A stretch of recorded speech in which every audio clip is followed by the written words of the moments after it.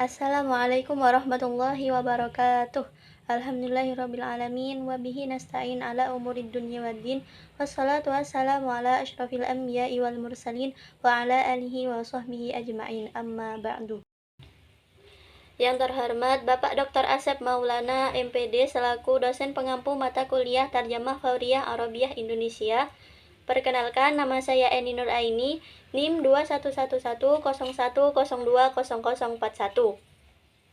Pada video kali ini, saya akan mempresentasikan hasil video terjemah saya dengan judul Kultum Ustadz Hanan At-Taqi tentang Nuzulul Quran. Kalimah Mu'athirah An-Nuzulul Quran Asy-Syaikh Hanan At-Taqi.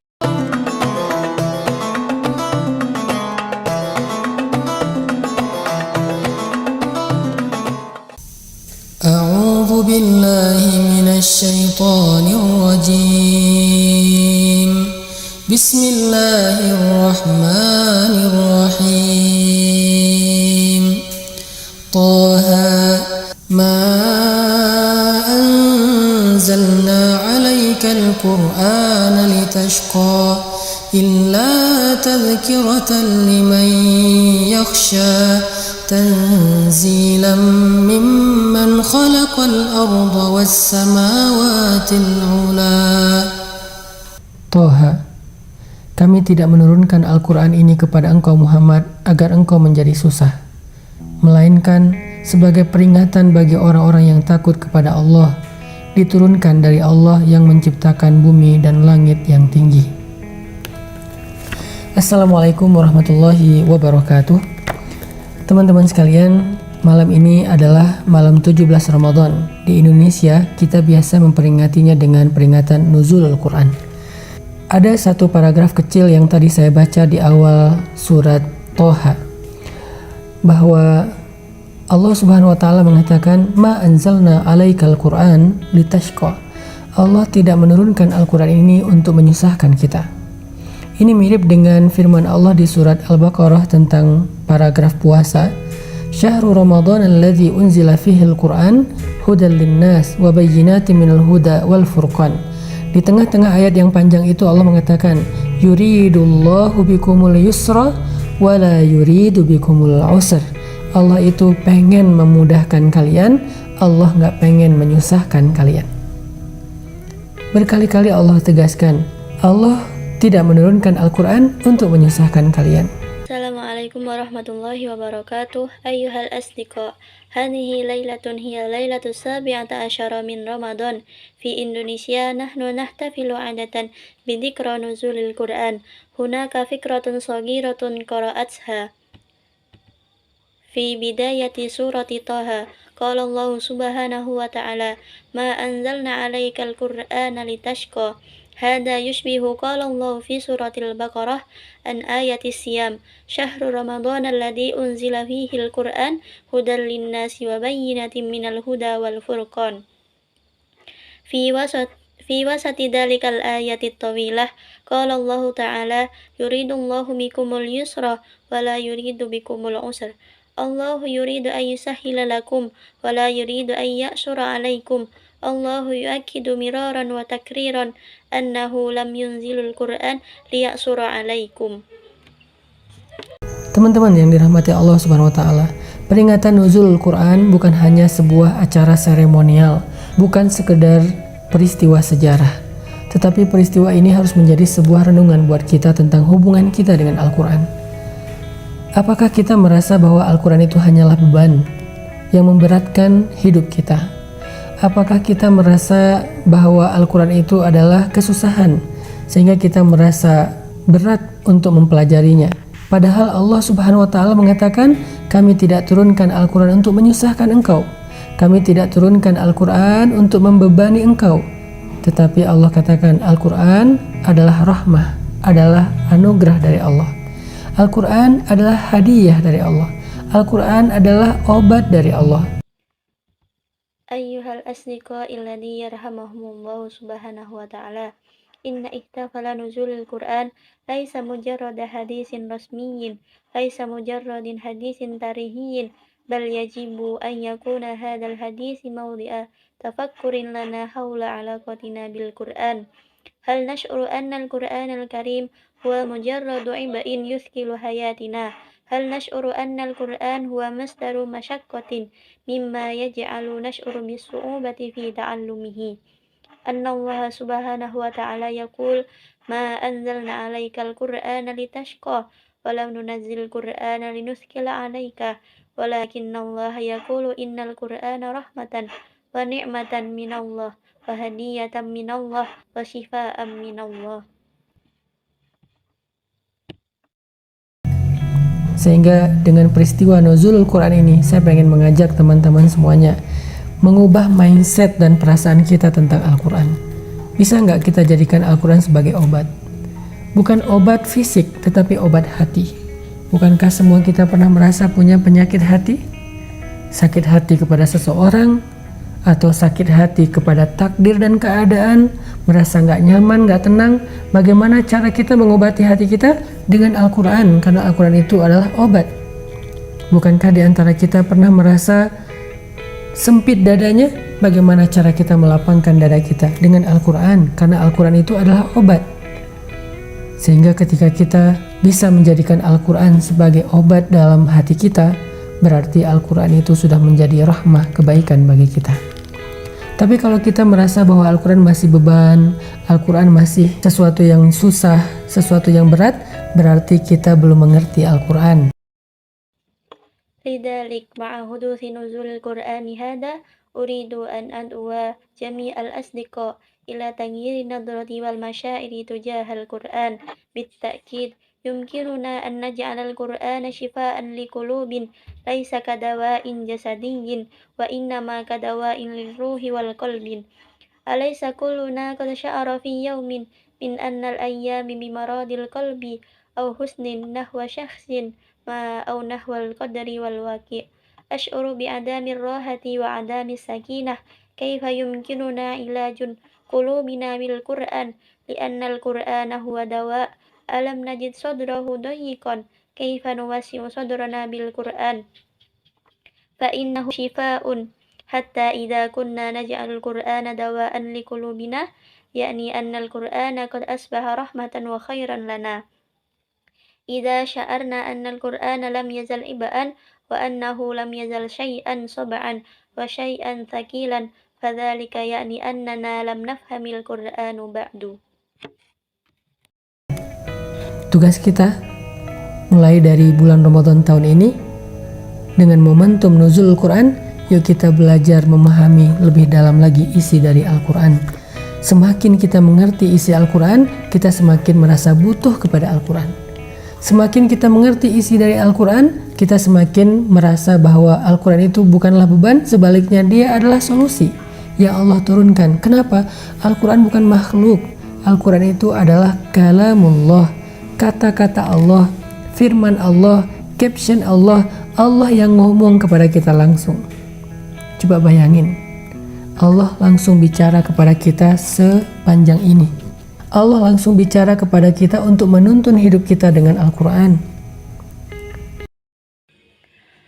واجبنا بدءا من شهر رمضان هذا العام بمناسبة نزول القرآن لنتعلم فهم مضمون القرآن بشكل أعمق. كلما فهمنا مضمون القرآن بشكل أكبر زادت حاجاتنا إليه وكلما زاد فهمنا لمضمون القرآن كلما شعرنا بأن القرآن ليس عبئا بل هو حل الذي أنزله الله. القرآن ليس مخلوقا بل هو كلام الله كلمة الله وحي الله تعليق الله الله الذي يتحدث مباشرة إلينا. تخيل الله يتكلم مباشرة إلينا طول هذا الوقت. الله يتحدث مباشرة إلينا ليهدينا في حياتنا من خلال القرآن.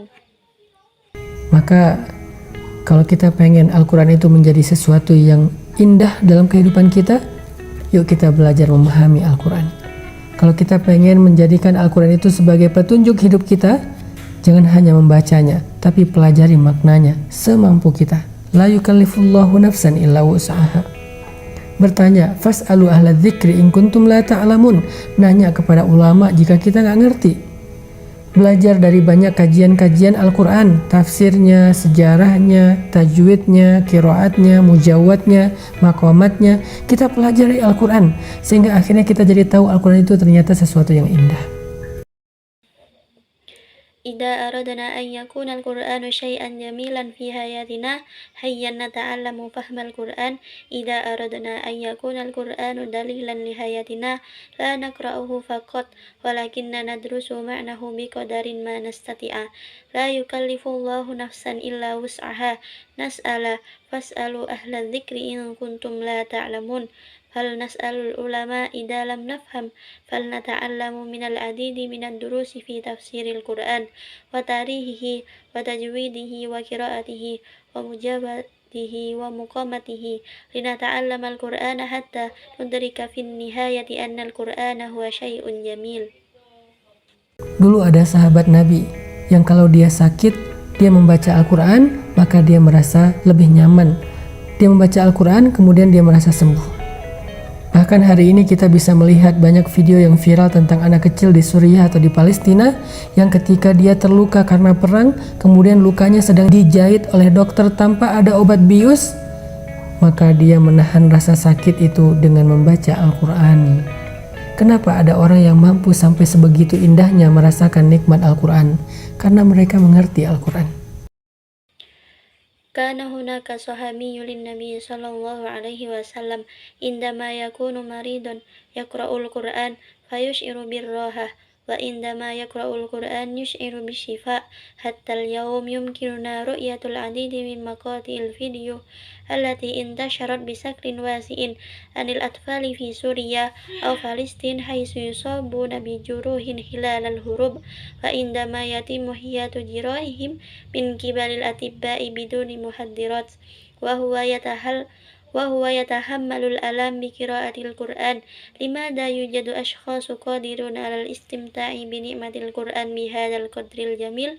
لأنهم يفهمون القرآن. Kita ingin merasakan Al-Quran sebagai obat seperti itu, sebagai rahmah, sebagai kebaikan, sebagai sesuatu yang menyenangkan. Caranya belajar mentadaburi Al-Quran dari surat-surat yang paling sering kita baca, Al-Fatihah, Al-Ikhlas. Kenapa ada sahabat setiap sholat membaca Al-Ikhlas? Mungkin mirip dengan kita, tetapi alasannya berbeda. Kita membaca Al-Ikhlas karena Al-Ikhlas itu yang paling pendek dan ringan. Tetapi sahabat membaca Al-Ikhlas setiap rakaat sholatnya karena dia tahu arti dari surat Al-Ikhlas itu. Kenapa ada sahabat ketika membaca Al-Quran, lututnya gemetar, kemudian dia menangis sepanjang malam. Padahal dia termasuk orang yang paling ditakuti oleh musuh, Khalid bin Walid. Karena dia mengerti isi dari ayat yang dia baca. Kenapa ada orang ketika membaca Al-Quran tersungkur dan menangis? Karena mereka mengerti apa yang mereka baca. Wa idza tuliyat alaihim ayatul rahman kharru sujjadan wa bukiya.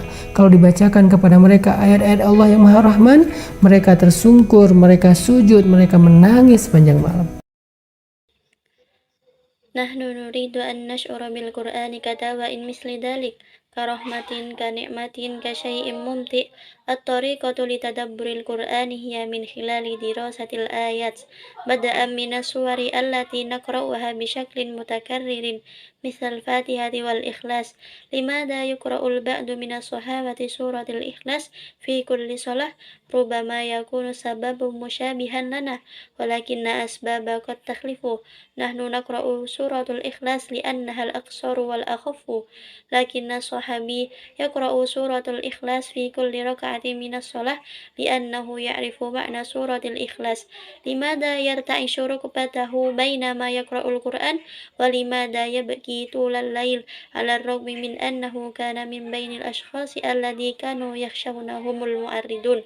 خالد بن والد لأنه يفهمون القرآن. إذا تتلى عليهم آية الرحمن خروا سجدا وبكيا. إذا قرأت عليهم آيات الله الرحمن يسجدون ويبكون طول الليل. Al-Quran adalah hadiah dari Allah. Al-Quran adalah obat dari Allah. Al-Quran adalah petunjuk karena Allah sayang kepada kita.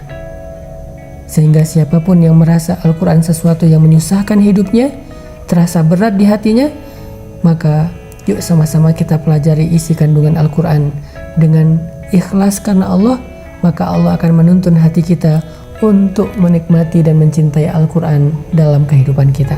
Barakallahu fiik.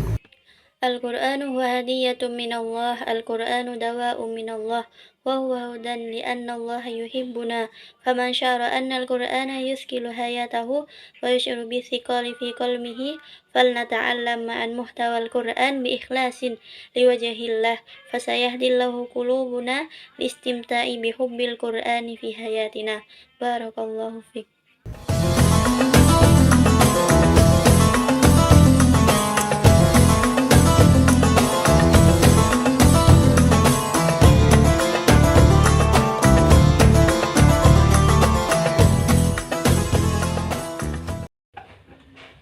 Selanjutnya yaitu strategi penerjemahan dalam proses penerjemahan ini. Yang pertama yaitu strategi penambahan. Penambahan kata-kata di dalam bahasa sasaran karena aturan dalam struktur bahasa sasaran. Pada kalimat malam ini adalah malam 17 Ramadan. Bahasa sasarannya hadhihi lailatu hiya lailatu sabi'ata asyara min Ramadan. Nah, kata tambahannya yaitu pada kata min. Selanjutnya pada kalimat peringatan nuzulul Quran bukan hanya sebuah acara seremonial. Bahasa sasarannya inna ihtifala nuzulil Quran laisa mujarrada hadisin rasmiyin. Nah, di sini kata tambahannya yaitu pada kata inna. Selanjutnya pada kalimat mengubah mindset dan perasaan kita tentang Al-Quran ini. Teks bahasa sasarannya ila taghyiri nadrati wal masyairi tujahul Quran. Nah, kata tambahannya yaitu pada kata ila.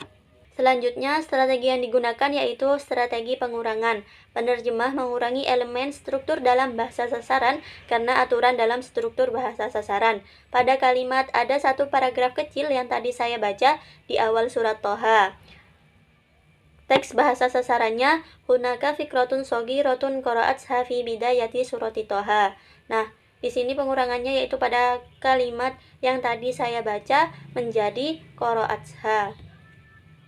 Selanjutnya yaitu strategi transposisi. Penerjemah mengubah struktur asli bahasa sumber di dalam bahasa kalimat sasaran untuk mencapai efek yang sepadan. Pada kalimat malam ini adalah malam 17 Ramadan. Teks bahasa sasarannya yaitu hadhihi lailatu hiya lailatu sabi'ata asyara min Ramadan. Nah, di sini kata malam diubah menjadi kalimat yang kedua pada teks bahasa sasaran. Selanjutnya pada kalimat tetapi peristiwa ini harus menjadi sebuah renungan buat kita. Nah, teks bahasa sasarannya bal yajibu ayyakuna hadzal hadits maudi'a tafakkurin lana. Nah, di sini kata peristiwa ini dirubah tata letaknya pada kalimat ketiga di dalam teks bahasa sasaran. Selanjutnya, strategi sinonim. Penerjemah menggunakan kata bahasa sasaran yang kurang lebih sama untuk kata-kata bahasa sumber yang bersifat umum. Pada kalimat, maka kalau kita pengen Al-Quran itu menjadi sesuatu yang indah dalam kehidupan kita, teks bahasa sasarannya ida aradna ayyakuna Al-Quran syai'an jamilan fi hayatina. Nah, kata jamilan ini banyak sinonimnya. Selanjutnya yaitu strategi pungutan borrowing. Penerjemah sekedar memungut kata bahasa sumber yang ada ke dalam bahasa sasaran. Pada kalimat bahkan hari ini kita bisa melihat banyak video. Pada teks bahasa sasarannya hatal yaum yumkinuna ru'yatul adidi min maqati'il video. Nah, di sini yang menjadi strategi borrowingnya yaitu pada kata video. Selanjutnya yaitu strategi penghapusan omission. Penerjemah menghapus kata atau teks bahasa sumber dalam teks bahasa sasaran karena kata atau bagian teks bahasa sumber tidak begitu penting bagi keseluruhan teks bahasa sasaran. Pada kalimat kita ingin merasakan Al-Quran sebagai obat seperti itu, sebagai rahmat, sebagai kebaikan, sebagai sesuatu yang menyenangkan. Pada teks bahasa sasarannya nahnu nuridu an nash'ura bil Qur'an kadawain misli dalik ka rahmatin ka nikmatin ka syai'in mumti. Nah, di sini kata yang dibuang yaitu kata yang. Selanjutnya yang terakhir yaitu strategi transfer. Penerjemah merujuk pada praktek pengalihan fungsi sintaksis kategori dan kata sarana dari bahasa sumber ke dalam bahasa sasaran karena ada persamaan atau hubungan antara kedua bahasa termasuk kesamaan gramatikal. Pada kalimat Al-Quran itu bukan makhluk, Al-Quran itu adalah kalamullah, kata-kata Allah, firman Allah, caption Allah. Nah, teks bahasa sasarannya yaitu Al-Quran laisa mahlukon bal huwa kalamullah, kalimatullah, wahyullah, ta'liqullah. Selanjutnya yaitu beberapa mufradat yang ditemukan dalam proses penerjemahan ini. Yang pertama yaitu paragraf, fikrah, au fakrah, peristiwa, hadis, sejarah, tarikh, hubungan, alaqah, seremonial, resmiyin, beban, ib'in, kesusahan, husnin, anugerah, busyarah, ni'mah, perasaan, masyair, obat, dawain, fisik, jasadiyin, hati, fuadin, nyaman, rohah, dada, soderin, indah, jamilin, hasanin, hadiah, hibah, au hadiyah, acara, minhaj, au manhaj,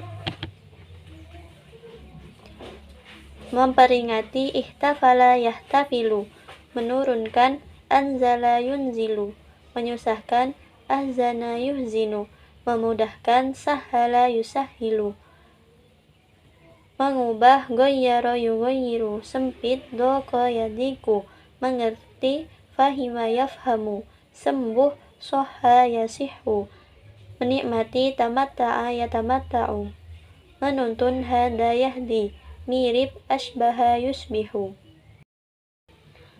Selanjutnya, kesimpulan yang dapat diambil dari video kali ini yang pertama yaitu al-hadis yajibu ayakuna ta'ammulan fi alaqatina bil Qur'anil Karim. Hal nas'uru anna al-Qur'an huwa iba'an yuskilu hayatana. Hal nas'uru anna al-Qur'an huwa unsrun yaj'alu minas so'bi alaina ta'allumuhu.